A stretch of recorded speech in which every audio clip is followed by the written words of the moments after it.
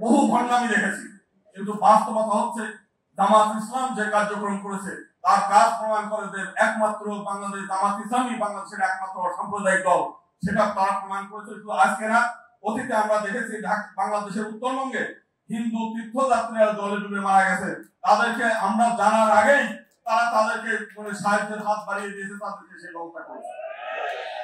আজকে আমাদের এই দেশে রাজনীতির কথা শুনলে মানুষের মধ্যে এই করে যে রাজনীতি করেন না।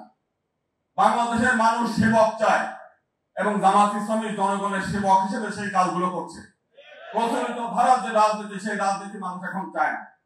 এখন মানুষ উদ্গ্রীব হয়ে আছে যে এই দেশ সব সংগঠনকে দেখেছে, এই দেশের আলেম উলেমাদের দ্বারা, ধার্মিক লোকদের দ্বারা এই দেশ একবার দেশ পরিচালনা হোক, সেটা চায়। এবং আমরা চাই যে আগামী দিনে জামাত ইসলামের নেতৃত্বে এই দেশ পরিচালিত হবে।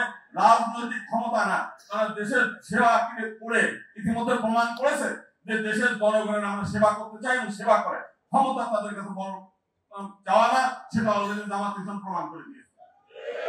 এবং এই দেশ, স্বামী প্রণবানন্দ বলছে যে এটা হচ্ছে নীতি, আদর্শ এবং ধর্ম আধ্যাত্মিকতার দেশ। আমরা চাই এই দেশ ধার্মিক লোকদের দ্বারা পরিচালিত হোক, এই দেশ আধ্যাত্মিক লোকদের দ্বারা পরিচালিত হোক, তাহলে এই দেশ সৎ এবং আদর্শ মানুষ গড়ে উঠবে।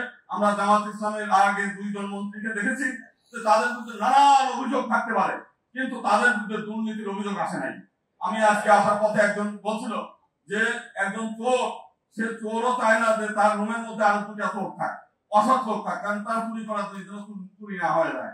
তো সেই কারণে বাংলাদেশের প্রতিটি মানুষ চায় যে একটা সৎ আদর্শ এবং সৃষ্টিকর্তার আইন দ্বারা এই দেশ পরিচালিত হবে, সেটা চায় এবং আমরা সেই দিনের অপেক্ষায় আছি। ধন্যবাদ।